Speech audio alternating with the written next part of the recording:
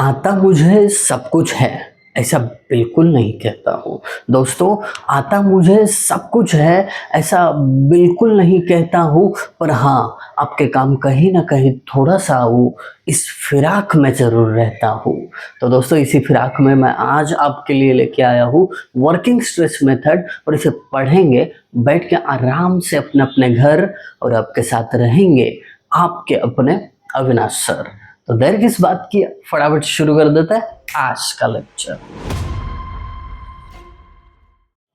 आपके समय की कीमत मैं भली भांति जानता हूँ, सीधा शुरू कर दूंगा मैं। वर्किंग स्ट्रेस मेथड है क्या, इस बात को लेके देखिए। वर्किंग स्ट्रेस मेथड, अब इसको शॉर्ट फॉर्म WSM यूज किया जाता है। अब ये जो है, ये मेथड इंडियन स्टैंडर्ड कोड 456 1964 इस इंडियन स्टैंडर्ड कोड पे वर्क करता था। मतलब इसमें सारे रिकमेंडेशन, स्पेसिफिकेशंस सब कुछ दिया था, और उसी कोड को फॉलो करते वर्किंग स्ट्रेस मेथड अडॉप्ट किया जाता था। अब देखिए, ये जो वर्किंग स्ट्रेस मेथड है, कौन सी चीज पे बेस्ड है, कौन से प्रिंसिपल पे? देखिए, बेस्ड ऑन इलास्टिक थ्योरी। क्या कह रहे हैं? ये जो वर्किंग स्ट्रेस मेथड है, ये किस पे बेस्ड है? इलास्टिक थ्योरी, जिसमें अज्यूम किया जाता है कि जो स्ट्रेस और स्ट्रेन है, इनका relation up to permissible stress माना जाएगा। इसका मतलब क्या होगा भाई साहब? इसका मतलब सीधा सीधा ये है कि मानो कंक्रीट में ये स्टील बार है, तो इस पे लोड तब तक दिया जाएगा। लोड मतलब अभी देखिए खींच रहा हूं मैं, ये लोड तब तक दिया जाएगा जब तक उसके अंदर इलास्टिसिटी मेंटेन रहेगी। इलास्टिक थ्योरी पे है। अब मैक्सिमम उतना ही लोड दो, जहां से आप छोड़ दोगे तो ये स्टील बार वापस अपनी पोजीशन में चला जाएगा। ठीक है, इसे कहते हैं परमिसिबल स्ट्रेस लिमिट तक लोड को स्ट्रेच करना, उसके आगे आपको लोड नहीं देना है। अब इसको और अच्छी तरीके से आगे समझने वाला है। आई होप ये इलास्टिक थ्योरी और परमिसिबल स्ट्रेस क्या है ये समझ गए होंगे। आगे बढ़ते हैं। पॉइंट नंबर 2 कहता है कि आपको परमिसिबल स्ट्रेस कैसे फाइंड आउट करना है। उसके लिए ना ये फॉर्मूला है। आप क्या करो, ultimate strength divided by factor of safety करो, तो आपको परमिसिबल स्ट्रेस भाई साहब मिल जाएगा। मिल जाएगा, वेरी गुड। अब परमिसिबल स्ट्रेस कैसे निकालना है, ये सेक्शन में मैं आपको समझाऊंगा। फैक्टर ऑफ सेफ्टी क्या होता है, अभी के लिए खाली फॉर्मूला देख लीजिए। डन, आगे बढ़ते हैं। In working stress method whole strength of material not used. अब यहाँ पे इनका कहना है कि जो WSM मेथड है, इसमें ये स्टील बार की पूरी ताकत, पूरी कैपेसिटी नहीं यूज की जाती है। ऐसा क्यों?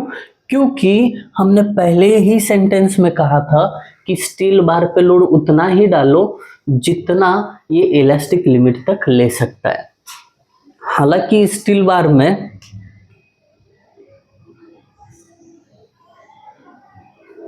इलास्टिसिटी कर्व है, इलास्टिक लिमिट रहता है, फिर प्लास्टिक लिमिट वगैरह रहता है। ये कर्व आपका जाना पहचाना है, स्ट्रेस स्ट्रेन कर्व है।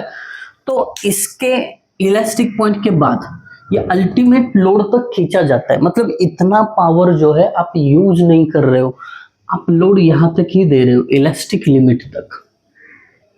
इलास्टिक लिमिट तक, ज्यादा डेप्थ में नहीं जा रहा हूं, बस आपको कितना ताकत आप यूज नहीं कर रहे हो ये दिखाने के लिए खाली ये ग्राफ ड्रॉ किया है ना।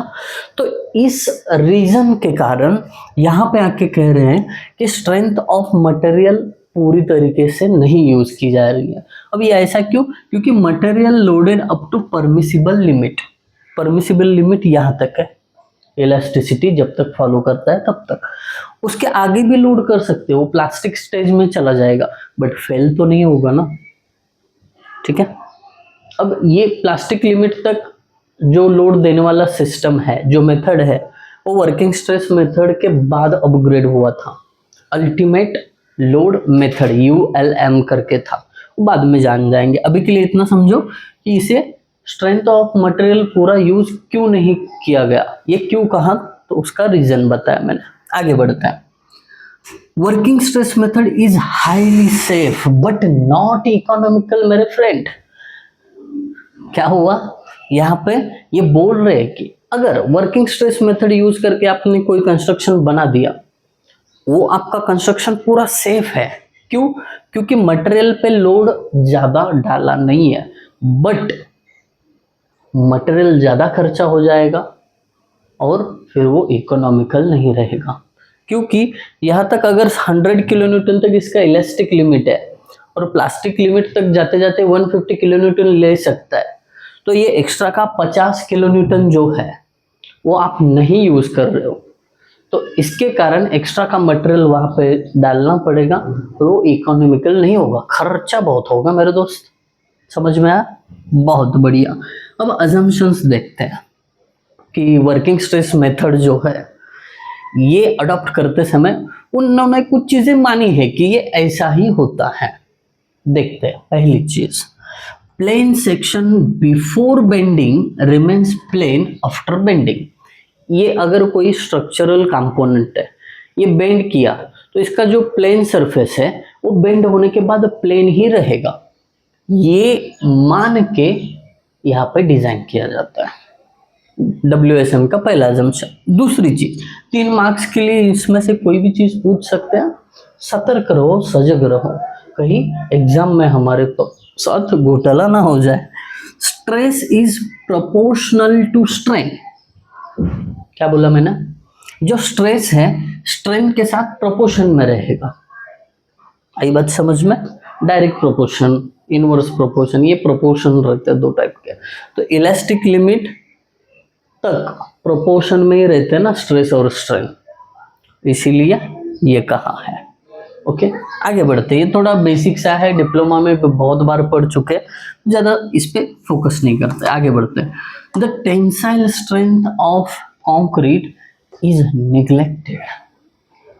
टेंसाइल स्ट्रेंथ जो है कंक्रीट की वो काउंट नहीं की जाएगी। अगर कोई लोड आप दे रहे हो तो उसमें कंक्रीट कोई टेंसाइल फोर्स को लेगा, ये मानना ही नहीं है। कंक्रीट को काउंट ही नहीं करना है। ये मत सोचो कि अरे मैं 10 किलो न्यूटन लोड डाल रहा हूँ तो इसमें से एटलीस्ट 1 किलो न्यूटन तो कंक्रीट ने लेना चाहिए, गलत होगा। फिर कंक्रीट कोई भी टेंसाइल लोड नहीं लेगा। ये अजम्पशन WSM मेथड में बनाया गया है। आगे बढ़ते हैं। There is a perfect bond between steel and concrete। क्या कह रहे हैं कि जो आपका कंक्रीट है उसमें इंसर्ट किए हुए स्टील जो है, रेनफोर्समेंट जो है, इनका बॉन्डिंग जो है ये परफेक्ट है। ठीक है, अब ये परफेक्ट है, इसका मतलब स्टील बार उस कंक्रीट में से स्लिप आउट नहीं होगा, ये मान लिया इन्होंने, है ना। जैसे कि हम आम लोग क्या करते हैं, वोटिंग करने के बाद ये मान लेते हैं कि गवर्नमेंट हमने हमारे काम के लिए बनाई है, हमारे सेवा के लिए बना रही है, तो हमारी सेवा ही करेगी, ये मान के चलते हैं ना हम। अब वो सेवा करते हैं या मेवा खाते हैं ये बात अलग है। आगे बढ़ते हैं।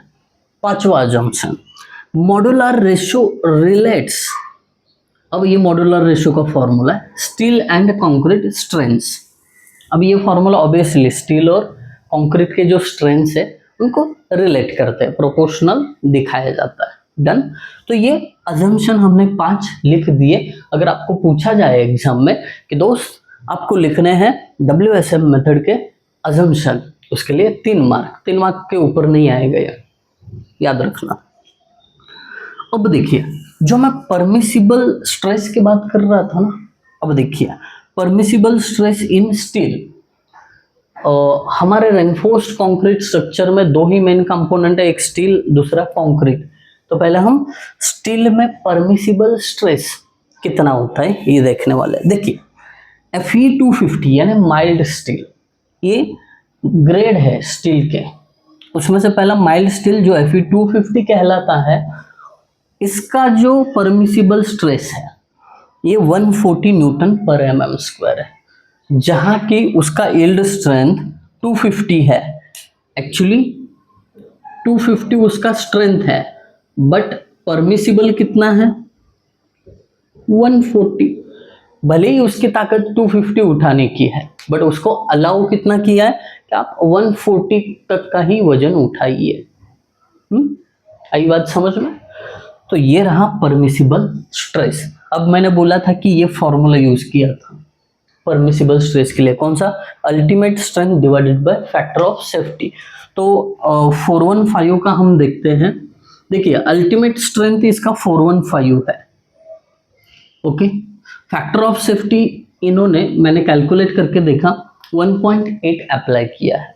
अब इसको अगर 1.8 से डिवाइड करोगे तो ये परमिसिबल स्ट्रेस मिलता है, ठीक है। ये कैसे आया ये भी बता दिया मैंने, ठीक है। ये फैक्टर ऑफ सेफ्टी, ये अल्टीमेट स्ट्रेंथ। यहाँ पे भी सेम नियर अबाउट 1.79 का फैक्टर ऑफ सेफ्टी यूज किया है माइल्ड स्टील के लिए। यहाँ पे भी 1.8, मतलब नियर अबाउट 1.8 का फैक्टर ऑफ सेफ्टी यूज किया है। दोस्त, चाहे कितनी भी नींद आ रही हो, चाहे कितना भी कंटाला आ रहा हो, उसको ठुकरा दो, क्योंकि सक्सेस को अचीव करने के लिए हमें लगातार पढ़ाई करते रहना पड़ेगा। और इंटरेस्ट कैसा बनता रहेगा इसकी जिम्मेदारी मेरी, आपको बोर नहीं होने दूंगा, ये कोशिश करूंगा, बाकी आपके ऊपर है सारी चीजें। ये हो गया। तो कुछ इस तरीके से परमिसिबल स्ट्रेसेस इन स्टील आप निकाल सकते हो या पता कर सकते हो। गवर्नमेंट एग्जाम में पूछा जाएगा कि what is the permissible stress of Fe 250 grade steel, options दिए रहेंगे, तो सही ऑप्शन का चुनाव करना है। अब वहीं पे हम परमिसिबल स्ट्रेसेस इन कंक्रीट की बात करें तो देखिए ग्रेड वाइज रहता है। यहाँ पे ग्रेड 3 थे, यहाँ पे इतने सारे कंक्रीट के ग्रेड है। FC के मतलब कैरेक्टरिस्टिक स्ट्रेंथ रहता है, मतलब उसका कितना यील्ड स्ट्रेंथ है। फिर उसके बाद जब कोई कंक्रीट बेंड हो रहा हो तो उस बेंडिंग में कितना परमिसिबल स्ट्रेस लेना चाहिए उसने, 15 आउट ऑफ 5। वहीं पे अगर किसी कंक्रीट पे डायरेक्ट स्ट्रेस आ रहा है एक्सियल लोड के कारण, डायरेक्ट स्ट्रेस और बेंडिंग स्ट्रेस ये आपने डिप्लोमा में टॉस में और अभी डिग्री के 3rd सेम में मॉस में पढ़ा है, डायरेक्ट स्ट्रेस और फिर बेंडिंग स्ट्रेस। तो बेंडिंग स्ट्रेस 5 अलाउड है, डायरेक्ट स्ट्रेस 4 है। हालांकि उसकी कैपेसिटी है कितनी ओरिजिनल, 15 न्यूटन पर mm स्क्वायर। ये न्यूटन पर mm स्क्वायर में, हाँ मेरे भाई सब, नहीं तो आप कंफ्यूज हो जाओगे, ये सब न्यूटन पर mm स्क्वायर में है। तो ये टेबल है उसके लिए, आप फॉलो कर दीजिए ये सारी चीजें। एक बार ना गवर्नमेंट एग्जाम में इसके ऊपर क्वेश्चन पूछा था, M20 के लिए परमिसिबल बेंडिंग स्ट्रेस कितना होगा, ये पूछा था। तो उसका ना सही ऑप्शन था 7।